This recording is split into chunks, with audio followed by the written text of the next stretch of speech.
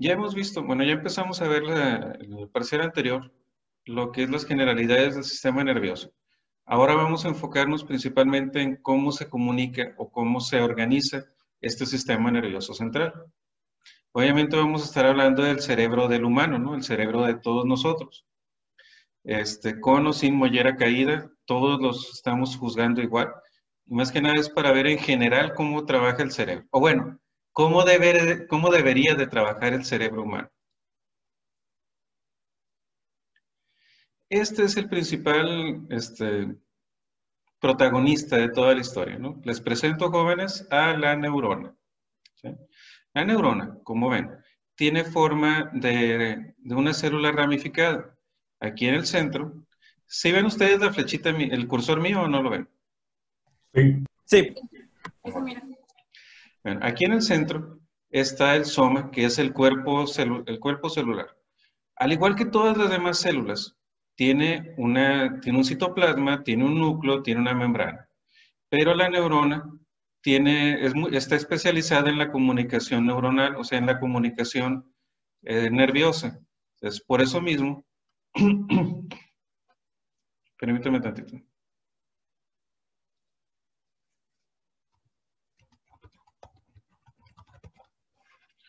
Por eso mismo, la comunicación de la función de la neurona tiene que adaptarse. ¿Okay?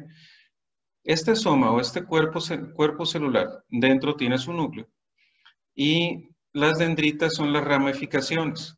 La neurona puede tener muchas dendritas, miles tal vez de dendritas, pero solo tiene un axón.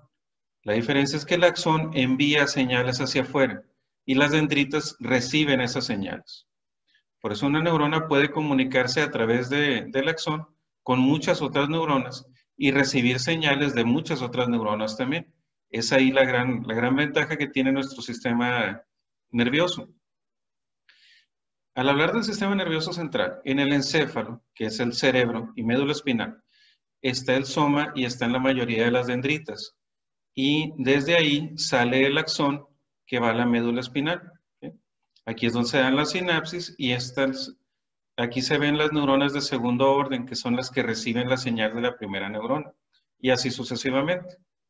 Algunas neuronas son muy largas, pueden medir muchos centímetros, incluso más de 1 metro de largo, pero sigue siendo una sola célula.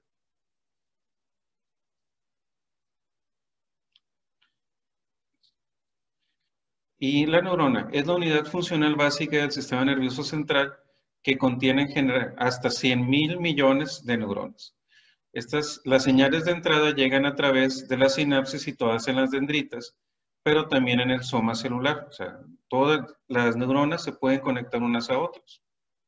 Y las conexiones sinápticas procedentes de las fibras aferentes pueden ser tan solo unos cientos o llegar hasta 200.000. Por el contrario, la señal de salida viaja solamente por el axón. ¿Sí? Acuérdense, aferentes es hacia, eferentes desde. ¿Sí?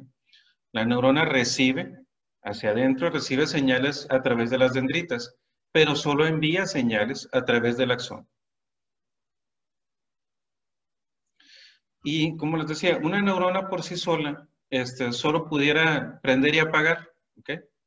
Entonces, una neurona necesita comunicarse con otras neuronas para poder hacer el trabajo de procesamiento de la información.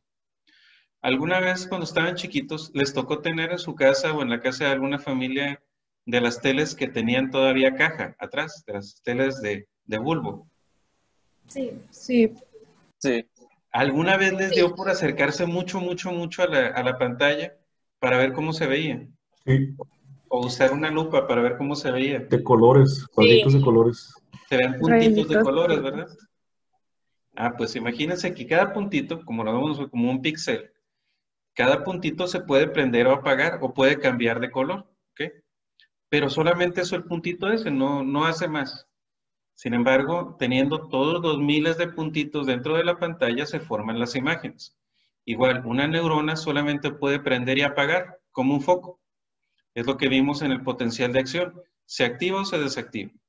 Pero una neurona que se comunica con otra neurona, que se comunica con otra neurona, puede hacer un procesamiento de información. Una de las funciones más importantes del sistema nervioso consiste en elaborar la información que le llega a través y que da lugar, perdón, a las respuestas motoras y mentales adecuadas.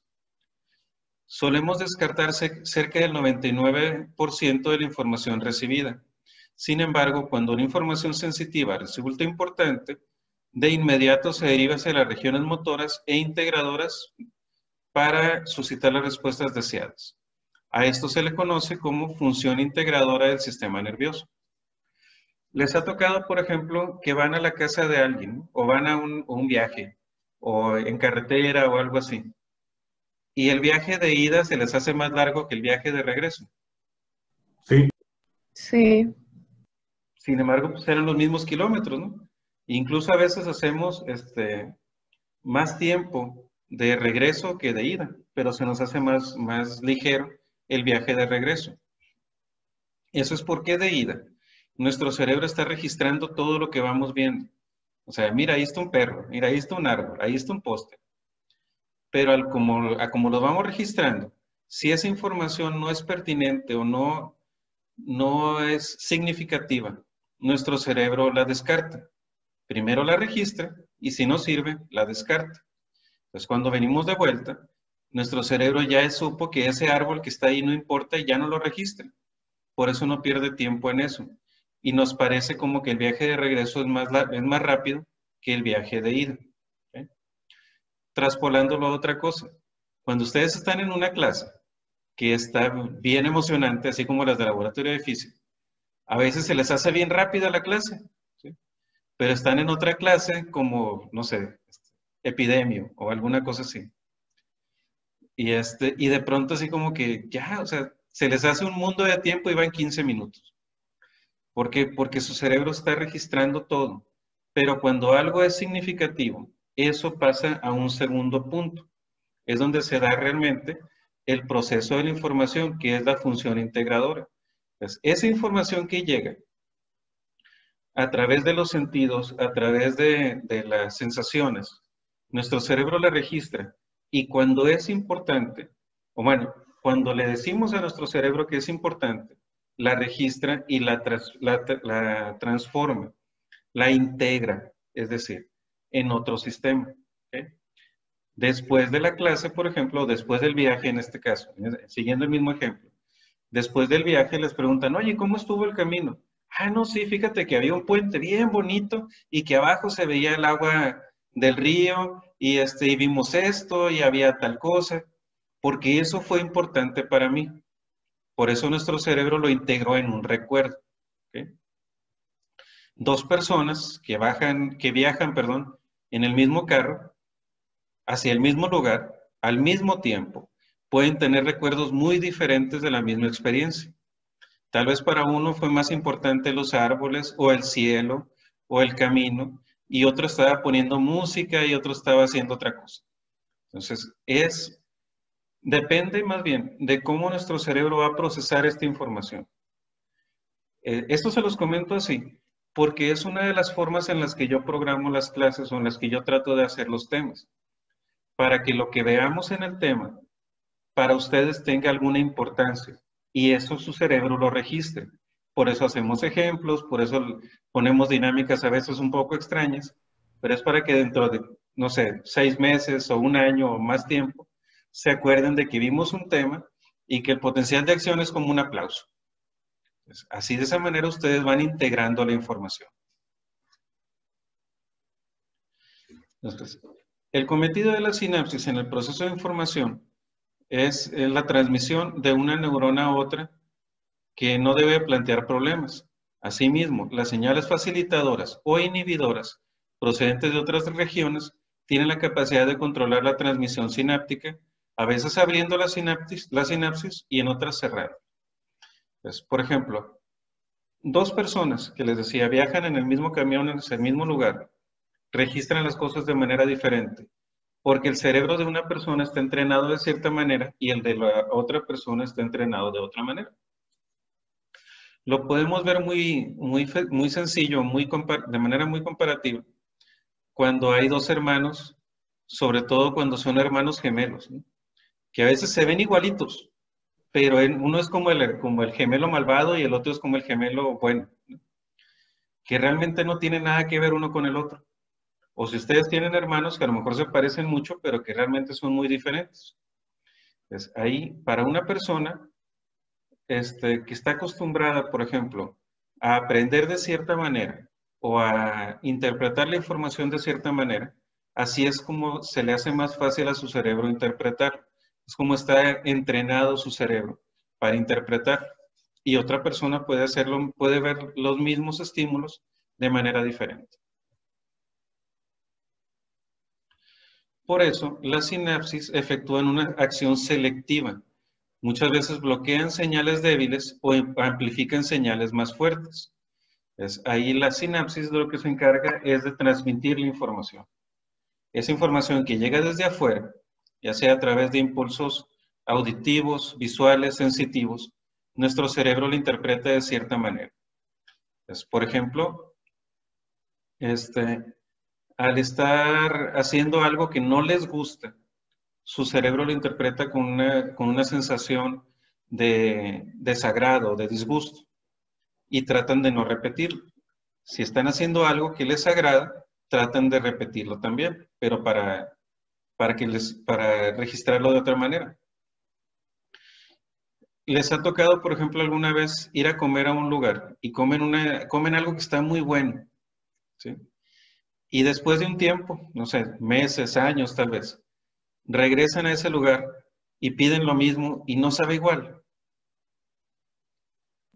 Sí, ¿verdad? Yo creo Sí, que a todos sí. nos ha tocado. Y dicen, ¿qué pasó? ¿Cambiaron de chef o cambiaron de cocinero? Que no, pues, estamos haciendo lo mismo siempre. Lo que pasa es que en ese primer registro, el, el estímulo fue, ¿cómo se dice?, a través del sentido del gusto.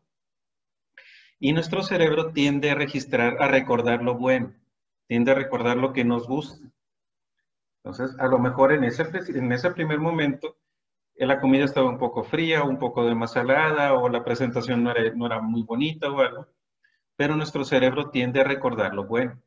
Cuando lo volvemos a probar, aunque sea la misma comida, ya no nos sabe igual porque esperamos, más bien nuestro cerebro se prepara, como dice aquí, hay señales que son débiles y tratan de hacerse más fuertes. Yo recuerdo el sabor de la comida así, pero al comerla no la siento así, no la siento igual, porque en mi cerebro ya está tratando de recordarlo de una manera. ¿Sí?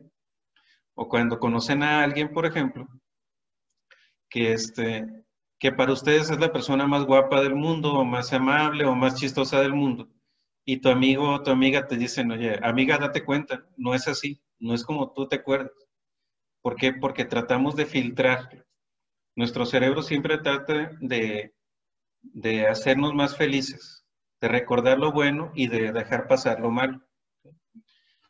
Por eso también depende de cómo voy a interpretar yo esas señales o cómo voy a interpretar yo esas sensaciones. Y para fines prácticos, el sistema nervioso central tiene 3 niveles de funcionamiento que están abocados a diferentes tipos de estímulos. O sea, van a recordar las cosas de manera diferente. Entonces, a lo largo de la evolución se han perfeccionado estos sistemas cerebrales y los principales niveles del sistema nervioso central son el nivel medular, el nivel encefálico inferior o subcortical y el nivel encefálico superior o cortical. En el nivel medular, medular es hablando de médula espinal. Aquí los circuitos neuronales pueden originarse de los movimientos de la marcha, reflejos para retirar una parte del organismo de objetos dolorosos, reflejos para poner rígidas las piernas, para sostener el tronco, etc. Entonces, los niveles superiores no suelen operar enviando señales directamente hacia la periferia, sino hacia los centros de control de la médula. ¿Sí? Ustedes, por ejemplo, me imagino que todos en algún punto de su vida se han quemado con algo, ¿no? En la estufa o agarrando algo caliente o con la plancha o algo así. Y al momento que te quemas, sobre todo cuando está chiquito, se han fijado que a veces los niños chiquitos, de 2, 3 años, les pasa algo y no lloran hasta que los ven. O sea, es bien chistoso, ¿no? Porque el niño se quemó o se cortó o se golpeó y voltea a ver si alguien lo está viendo y hasta que alguien lo está viendo empieza a llorar. Porque ese niño no sabe cómo interpretar esas señales. Esos estímulos, por ejemplo, el estímulo doloroso, a veces no sabemos cómo interpretarlo. También depende de cómo lo sentimos, ¿no? Hay personas que un estímulo puede ser doloroso y el mismo estímulo para otras personas puede ser pues menos doloroso o no doloroso, ¿ok? Como cuando alguien te dice, a ver, dame un masajito aquí en la espalda y empiezas a amasarle la espalda como si estuvieran haciendo tortillas y la otra persona no lo siente, no tiene dolor. El nivel medular es el nivel más básico porque es un nivel de reflejos, como dice aquí. Es un nivel de respuesta rápida, donde el estímulo suele no llegar hasta la corteza cerebral, sino que al mismo nivel medular ofrece la respuesta. ¿Sí? Se registra la sensación y en el mismo instante se da la respuesta, como si fuera un reflejo.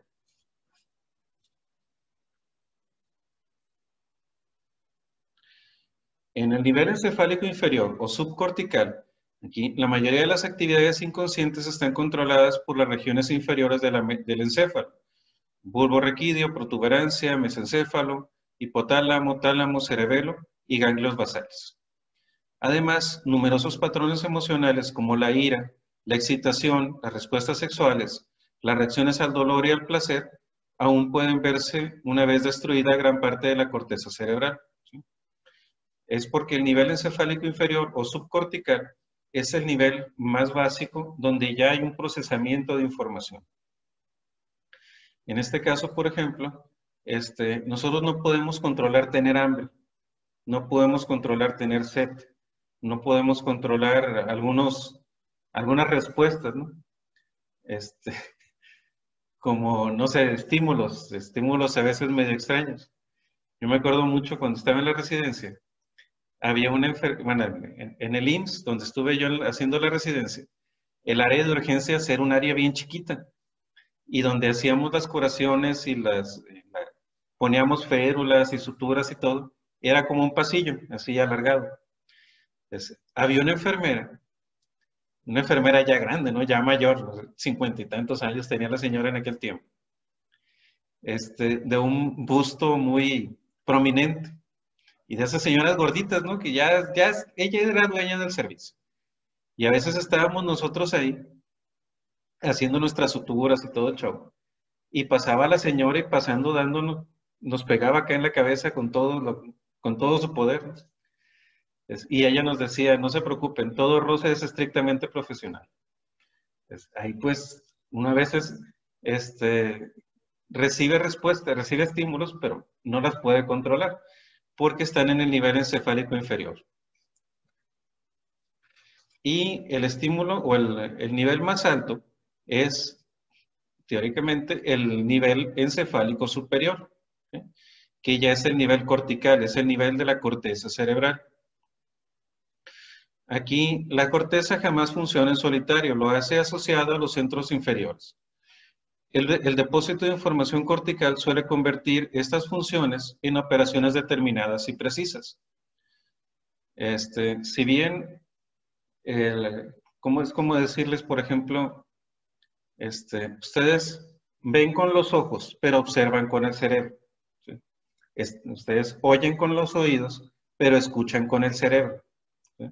Porque todos esos estímulos que llegan a través de la vista, del oído, del gusto, de todos los sentidos, se tienen que procesar en el nivel más alto, que es el nivel cortical. Además, resulta fundamental para la mayoría de los procesos de nuestro pensamiento. No puede funcionar por su cuenta, ya que son los centros encefálicos inferiores los que despiertan la vigilia, abriendo así su banco de recuerdos a la maquinaria cerebral del razonamiento. Entonces, cada porción del sistema nervioso cumple unas funciones específicas, pero es la corteza la que destapa todo un mundo de información almacenada para que la mente la use. Aquí, ustedes, por ejemplo, Bueno, todos estamos expuestos a infinidad de estímulos todo el tiempo. Incluso ahorita que están en su cuarto, que están en su casa o que están escuchando esta clase, están sentados en un sillón, en una silla o en un colchón o están donde ustedes quieran estar. Y su cuerpo está sintiendo eso. Está sintiendo el sillón, está sintiendo la cama, pero ustedes no se dan cuenta porque no es algo que tenga que hacer mella o que tenga que dar una respuesta a un nivel más alto. Saben dónde están, saben cómo están sentados. Si yo les pregunto en qué posición tienen el pie izquierdo, ustedes me pueden decir en qué posición tienen el pie izquierdo sin tener que verlo, porque lo están sintiendo. Pero eso tiene que llegar hasta acá arriba, hasta el nivel encefálico, para que lo podamos interpretar. ¿Sí? Esa es la importancia de la neurona, esa es la importancia de los niveles encefálicos, porque todo eso no puede funcionar por separado. Ninguno de los tres niveles puede funcionar por separado.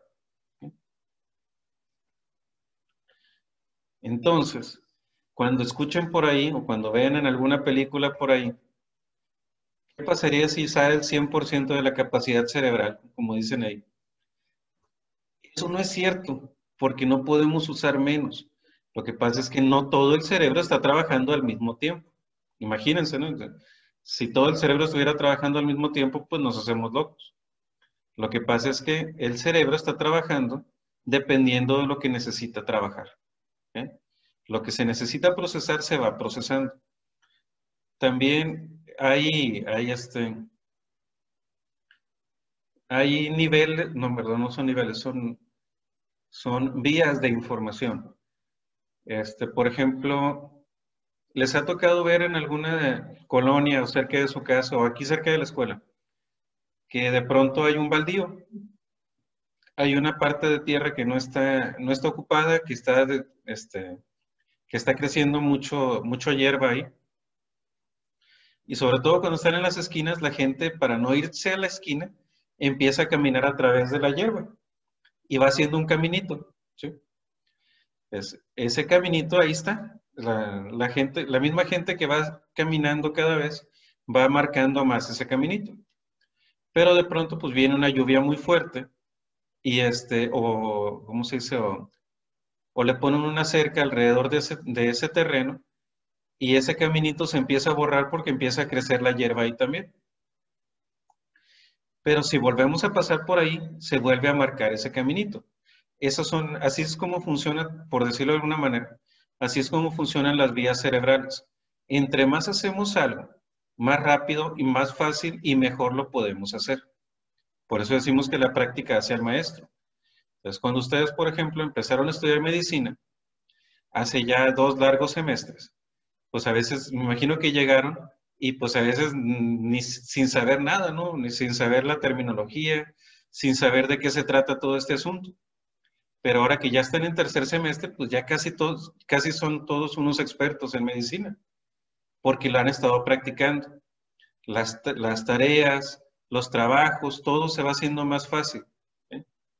Y al mismo tiempo vamos subiendo, los maestros, el plan docente va subiendo también su complicación, su procesamiento, para que logren cada vez algo más difícil, que puedan hacer las cosas que antes no podían hacer. Así es como pueden funcionar los sistemas cerebrales, los niveles cerebrales. ¿Okay? Ahora sí, llegamos a lo que es la transmisión sináptica. ¿Quién me puede decir qué significa sinapsis? ¿Comunicación entre dos neuronas? Bueno, sí. Es el Sinapsis, punto la palabra donde... sinapsis es unión. Es una transmisión sináptica, la sinapsis neuronal es la unión entre las neuronas. Como les decía, una neurona por separado no puede hacer mucho. Es aquí la función de los potenciales de acción es comunicar información a través del sistema nervioso mediante su transmisión de una porción de un nervio a otra. Y una vez que el potencial de acción alcanza la terminal nerviosa, se puede transferir la señal a otra neurona o a otra célula para un proceso conocido como transmisión sináptica. Entonces tenemos una neurona que manda y una neurona que recibe. ¿Sale? Esa unión entre las dos neuronas es la sinapsis. ¿Okay? Ahora, hay dos tipos de sinapsis. Unas sinapsis eléctricas y otras sinapsis químicas. Porque la transmisión entre unas y otras es diferente. La vía de transmisión es diferente. Las sinapsis eléctricas son más rápidas, porque aquí la transmisión ocurre a través de conexiones comunicantes que se forman cuando las terminales están en estrecha oposición, o sea, las neuronas están pegadas una con la otra. De esta manera los iones, especialmente los iones calcio, cloro, potasio, pueden fluir directamente de una neurona a otra a través de los canales especiales sin intermediario alguno. La comunicación se hace más rápida. Se encuentran conexiones comunicantes en células de músculo y células cardíacas del individuo. En muchas ocasiones estas conexiones sinápticas se van eliminando, se van perdiendo de manera natural. Pero sobre todo en el músculo y en el corazón, que a fin de cuentas es un músculo, estas conexiones neuronales siguen activas, porque es necesario que ahí la activación de ese órgano sea más rápida y sea más directa. Las otras son sinapsis químicas. Estas constan de una terminal presináptica, o sea, la neurona que manda, una hendidura sináptica, que es el espacio entre neurona y neurona, y la terminal postsináptica, que es la neurona que recibe. Aquí la despolarización de la terminal presináptica causa una liberación de neurotransmisores hacia la hendidura sináptica, que comunican la señal hasta la neurona postsináptica para su interacción con proteínas específicas o receptores en la terminal. Y en el caso de las sinapsis químicas, la activación de estos receptores modifica la función celular al abrir canales, activar mensajeros intracelulares, modificar la transcripción, ya sea de manera directa o indirecta. Es decir, que tenemos sinapsis eléctricas que están pegadas una con la otra. No hay un espacio entre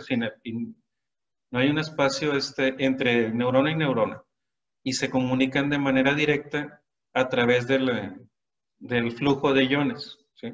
Cuando una neurona se activa, o sea, se despolariza, al mismo tiempo despolariza la que sigue, y la que sigue, y la que sigue. Por eso es más rápido. Y tenemos las sinapsis químicas que necesitan que una neurona produzca una sustancia, la libere hacia el espacio, hacia la hendidura sináptica, y que esa sustancia llegue hacia la otra neurona. Generalmente el proceso es muy rápido, casi es instantáneo, pero es más complicado porque estas neuronas que están en un contacto muy, muy cercano pueden liberar diferentes sustancias, diferentes transmisores que van a causar diferentes efectos. Por eso pueden interpretar diferentes señales. Ahora, la membrana presináptica, o sea, la neurona que manda la señal, tiene que seguir unos pasos para poder comunicarse con la neurona que recibe. Primero, los neurotransmisores, que son las sustancias que comunican una neurona con otra, se almacenan en vesículas. Generalmente estos neurotransmisores son sustancias químicas, o son hormonas, o son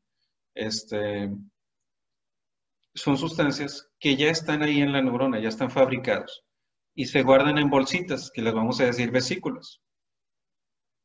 Esas vesículas, esas bolsitas, ya están ahí en la neurona, pero están almacenadas.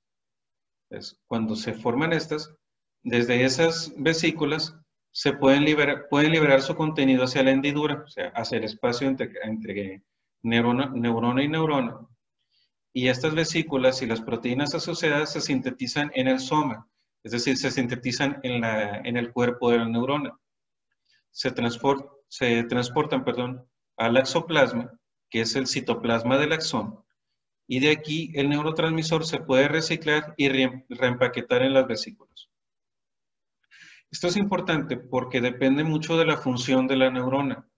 Como les decía, una neurona puede fabricar diferentes tipos de neurotransmisores. Y esos neurotransmisores, al salir al espacio a la hendidura sináptica, tienen que llegar a algún lado. ¿Okay? Pero muchos no llegan. Muchos se pierden en ese espacio, y para que no se echen a perder, por decirlo así, la neurona los recicla, los reempaqueta y los mete de nuevo a la neurona presináptica. No significa que van a actuar de regreso, sino que los van a almacenar de nuevo para que esa sustancia esté otra vez ahí. Por eso que siempre los neurotransmisores están listos para trabajar. Y depende del estímulo, es el tipo de neurotransmisor que se va a liberar, y dependiendo del receptor es el tipo de acción que se va a hacer.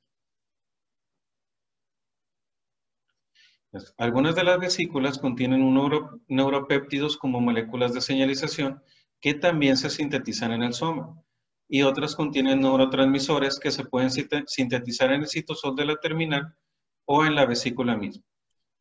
A fin de cuentas, estos mensajeros, estos neurotransmisores, deben estar listos para cuando se necesiten. Si una neurona encargada de producir un tipo específico de neurotransmisor no tiene los nutrientes necesarios o no tiene los elementos necesarios para fabricarlo, o no lo va a fabricar o lo va a fabricar mal. ¿Okay? Un ejemplo. Ustedes que están en su casa, ¿cuándo fue la última vez que salieron? No les digo que salgan al parque, ¿no? Que salieron a que les diera el sol un rato. ¿Sí? O aunque sea que se Maestro, disculpe, ¿cuántas diapositivas pasaron? Es que se me pasó, creo, la anterior. ¿Sí le puedo regresar un poquito?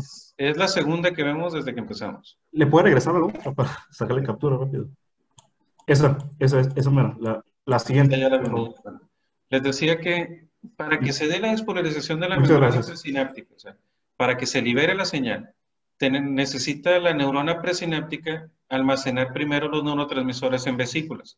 Son como bolsitas que guardan esos neurotransmisores y los tienen listos para secretarse cuando se necesita. Entonces, estas vesículas se sintetizan en el cuerpo de la neurona o en el mismo cuerpo del axón, en el axoplasma.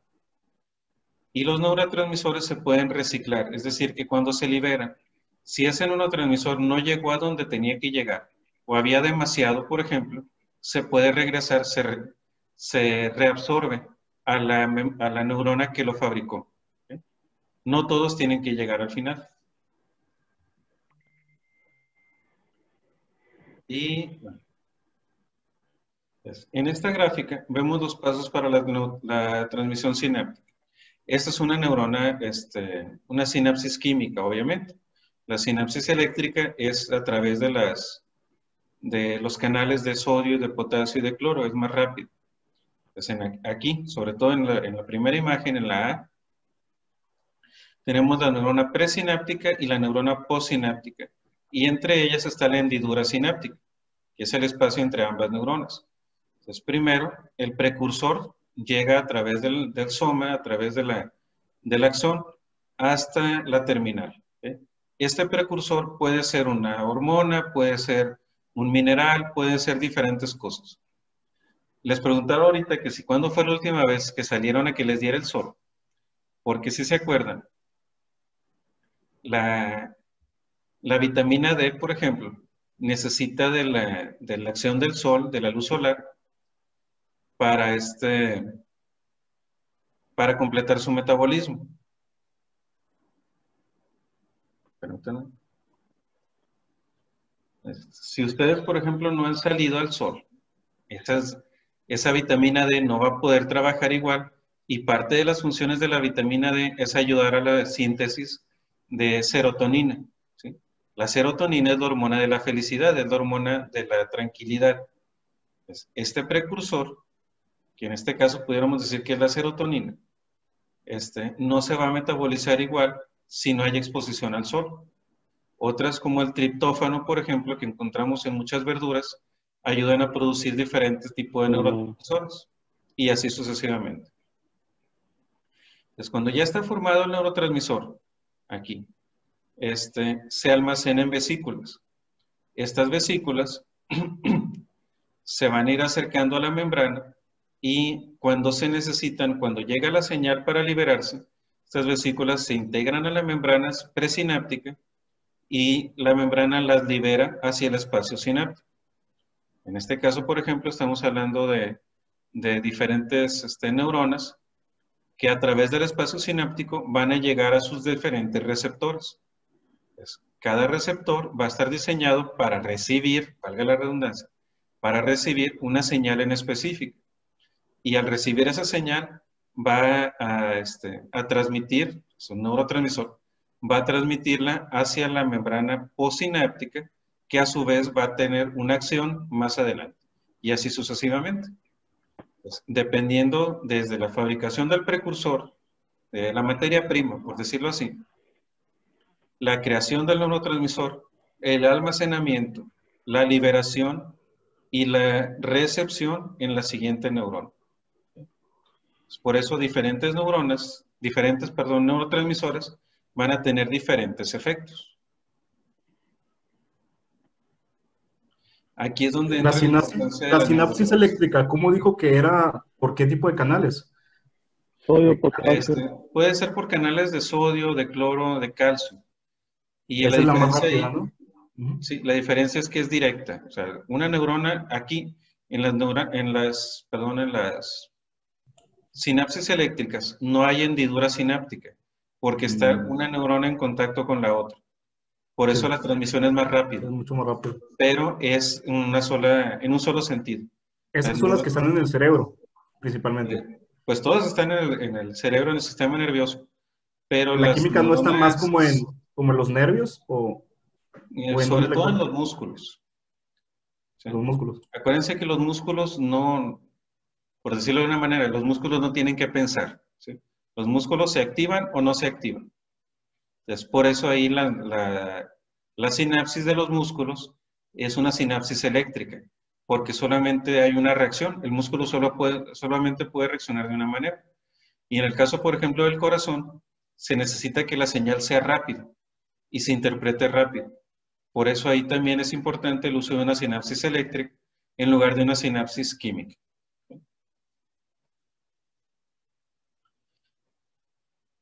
Entonces, hay dos tipos de receptores.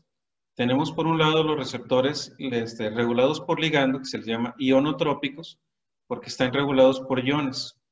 Estos poseen un poro interno que conecta los ambientes extra e intracelular y responde a la unión del neurotransmisor, asumiendo una conformación en la que el poro está abierto y es permeable, permitiendo así su flujo al interior, o está cerrado y no pasa nada. Por ejemplo, en neurotransmisores, si son permeables al sodio, como el glutamato, darán como resultado una despolarización de la membrana y un efecto excitatorio. Y si son permeables al cloro, como en el caso del GABA, darán como resultado un efecto inhibitorio. Pues ahí es encendido o apagado. Y estos receptores son más rápidos porque en cuanto reciben el neurotransmisor, ya tienen la puerta abierta, por decirlo de alguna manera. El otro tipo de receptor son los acoplados a la proteína G, que esta se les llama metabotrópicos. Son más lentos porque el proceso es más rápido, es más tardado, perdón. Entran más pasos para la transmisión. Entonces, una vez activado por el receptor, la subunidad alfa de la proteína G se une al GTP en lugar del ATP, lo que le permite la disociación en subunidades alfa y beta, que pueden interactuar de manera independiente con diferentes células efectoras. Aquí vamos a poner algunos ejemplos. De hecho, esta clase, en teoría, yo lo hubiera dado en unas 3 o 4 clases, porque es necesario irnos de paso por paso. Como supuse que no tenían maestro, pues traté de cubrir un poco más de tiempo, un poco más de terreno, pero de todas maneras tenemos que ir un poco rápido, ¿no? No nos quiere dar clases. Pues no es que no quieres, que no me dejan. Vamos a ver algunos neurotransmisores. El primero es la acetilcolina. Esta participa en la producción de la contracción muscular y en la mediación de las respuestas del sistema nervioso parasimpático. Si participa en la contracción muscular, su efecto va a ser a través de la contracción muscular. ¿Okay? Generalmente hablamos aquí del músculo estriado, el músculo del cuerpo. ¿Okay? A diferencia del músculo liso o el músculo cardíaco, que suele ser por una transmisión eléctrica. Entonces, en el sistema nervioso central participa también en la atención y el despertar. Los receptores colinérgicos pueden ser nicotínicos, que son canales iónicos, o sea, canales rápidos, permeables al sodio y cuya acción puede resultar en la contracción muscular. Acuérdense que los canales rápidos suelen ser canales excitatorios. Y los receptores muscarínicos, que son, dependiendo de la proteína G, y llevan una disminución de la activación de la proteína sinasa. Provocan también hiperpolarización de la membrana y disminución de la movilización de vesículas. Por lo tanto, los muscarínicos son inhibitorios. ¿Okay? Entonces, los receptores nicotínicos son excitatorios y los muscarínicos son inhibitorios. Los agentes que bloquean la transmisión colinérgica en el sistema nervioso se usan en clínica para tratar la cinetosis y restablecer el equilibrio dopamina-acetilcolina. Medicamentos, por ejemplo, para el Parkinson, dependen de esta función. Si les ha tocado ver a algún paciente con Parkinson, son personas, sobre todo adultos mayores, que tienen temblores, que casi siempre están temblando, o están así con la mano, con la cabeza, que no controlan los movimientos, porque la acetilcolina está trabajando de más. Entonces, lo que tratamos en este caso, en ese tipo de pacientes, es bloquear la acetilcolina para disminuir la acción de los músculos y darle un poco más de calidad de vida a estos pacientes. Otro tipo de receptores son las monoaminas. De estos, hay diferentes monoaminas. Y al decir monoaminas es porque tienen una función específica. Entonces, la norepinefrina y la epinefrina, o adrenalina, noradrenalina, son como primas hermanas, hagan de cuenta. Aquí, a ver, permítanme, me estoy escribiendo la cuenta.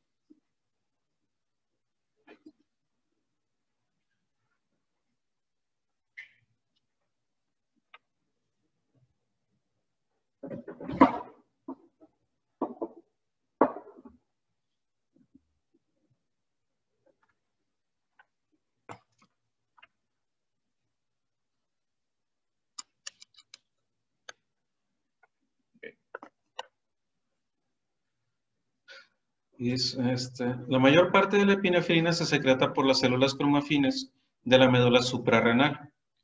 Por eso se le llama epinefrina. Epi arriba, nefrina, nefrón o riñón, porque las produce la médula suprarrenal. Circula en la periferia en respuesta a la activación del sistema nervioso simpático. La norepinefrina tiene una función mayor en el sistema nervioso central, donde participa en el despertar, la regulación de la presión arterial, el control del talante, la regulación del dolor y la supresión del apetito. Los receptores adrenérgicos en el sistema nervioso central participan en el estado de alerta, la transmisión del dolor y el control central del tono simpático. La adrenalina y la noradrenalina son hormonas de acción, son hormonas de trabajo. ¿Okay? Por eso su función principal es en la regulación de la presión arterial. Hacen, por ejemplo, que los vasos sanguíneos se contraigan, provocan vasoconstricción. Esto hace que la presión arterial se centralice o se vaya a lugares donde se necesita más.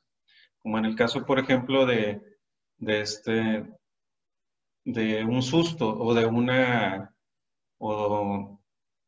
o de tener que llevar una reacción rápida.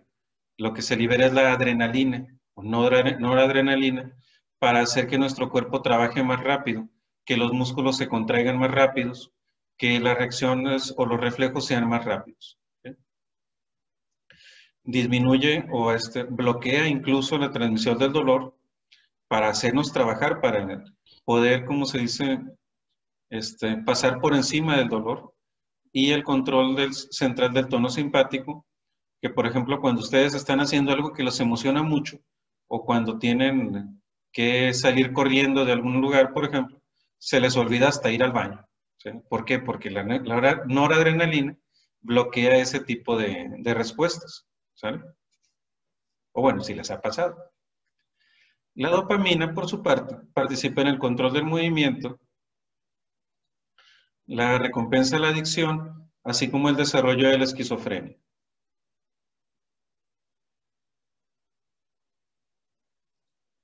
Permítanme.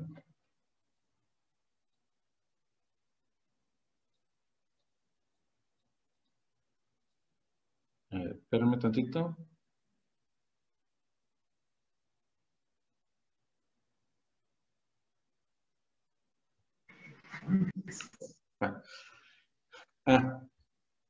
Se usa la activación de los receptores dopaminérgicos en la clínica para el tratamiento de enfermedad de Parkinson, y la inhibición de estos receptores se usa en la clínica para tratamiento de esquizofrenia y psicosis. La dopamina tiene un efecto bien especial porque es una hormona de recompensa. Por ejemplo, si hay algún festejo, ¿qué es lo primero que hacemos cuando hay algo que festejar? O sea, ustedes tuvieron su graduación de la prepa y dicen, ¿ahora vamos a dónde? ¿A comer? A comer. Bueno. Siempre es la primera reacción de festejar. Vamos a comprar un pastel, vamos a traer vamos a traer un galón de leche o algo así. Porque nuestra primera reacción para cuando queremos sentirnos bien es comer. Porque sabemos que comer nos hace bien. Y es cierto, ¿no? Comer nos hace bien. Pero, por ejemplo, no van a ir a festejar a comer, no sé, si se gradúan, no van a ir a los taquitos del Chavo, ¿no? Bueno, a lo mejor sí están bien buenos los taquitos del Chavo. Pero así que digas tú, o sea, no es lo que yo quisiera. Si quieres gastar dinero, ¿no? algo, para celebrar. Sí, o sea, grande. A lo mejor te sacaste la lotería, ¿no? O te sacaste 10 en el laboratorio de fisio y lo voy a ir a festejar tomándome un vaso con agua. Como que no, ¿verdad? O sea, buscas algo que te dé una recompensa, porque tu cerebro ya sabe qué es lo que te gusta y sabe cómo obtener esa recompensa. Entonces, cuando consumimos algo que nos gusta, lo que se libera es dopamina y nos dice que está bien, ¿sí? Nos hace sentir bien, ¿sí? Pero esto puede tener un doble filo también, porque esa vía de recompensa de la dopamina es la misma vía que alteran los medicamentos psicotrópicos, que alteran los opioides, que alteran la heroína, etc. Porque esas sustancias, van directamente a estimular la liberación de dopamina. Y al hacer eso, nuestro cuerpo se acostumbra a recibir esa sustancia para liberar dopamina. Y sin esa sustancia, no hay liberación de dopamina. Por eso hay personas, por ejemplo, que se vuelven adictas a cierta sustancia o incluso no necesariamente una droga, ¿no? Hay personas que son adictas a comprar, que son adictas a comer, que son adictas al refresco, que son adictas a otra persona. Y es lo único que los puede hacer sentir bien, porque su cerebro ya se acostumbró a trabajar en ese sentido. Es la retroalimentación o la vía de recompensa por dopamina, que puede ser un evento muy malo, ¿no? Porque nos puede provocar que busquemos siempre ese estímulo. Es por eso también que, por ejemplo, hay personas que terminan con su novio, con su marido, con su novia o con quien sea, y vuelven a caer porque es la única persona que sienten que los puede hacer sentir bien. Y se vuelve casi una adicción. O sea, ahí entra la amiga y la amiga date cuenta, o le enseñan los textos, o le enseñan las capturas de pantalla, o le enseñan las fotos, y de todas maneras vuelven, porque es la persona que lo hace sentir bien. Es su recompensa. Dentro del tratamiento del aspecto clínico, esta activación de receptores se usa para el Parkinson y su inhibición es para el tratamiento de esquizofrenia y psicosis, ¿sí? Porque el chiste, al inhibir la dopamina, lo que buscamos es bajar, como quien dice, el estímulo emocional de esa persona. Y eso ayuda a que la esquizofrenia y la psicosis se controlen también, porque hacemos que el cerebro en general no trabaje tan rápido, no se excite tan rápido. ¿Sí?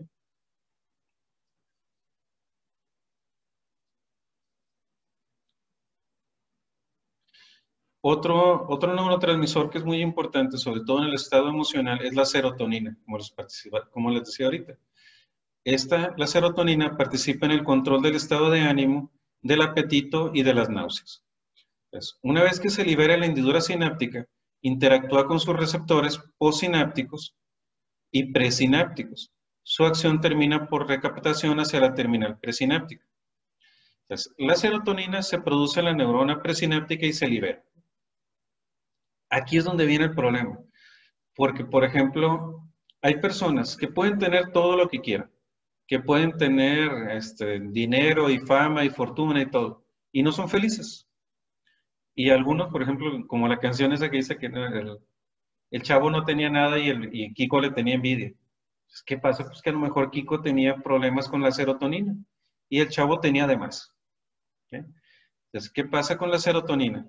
Que al ser liberada, la parte, esos neurotransmisores que no llegan a donde tienen que llegar, se van a reabsorber. ¿Okay? Si esa reabsorción es muy rápida, hagan de cuenta que la neurona presináptica las libera, pero las jala al mismo tiempo. Entonces, esa neurona, ese neurotransmisor no va a llegar a donde tiene que llegar y no va a estimular la siguiente neurona. Y esa persona no se va a sentir bien, se va a sentir deprimida porque esa serotonina no llegó a activar el receptor. ¿Sí? Lo que hacen los medicamentos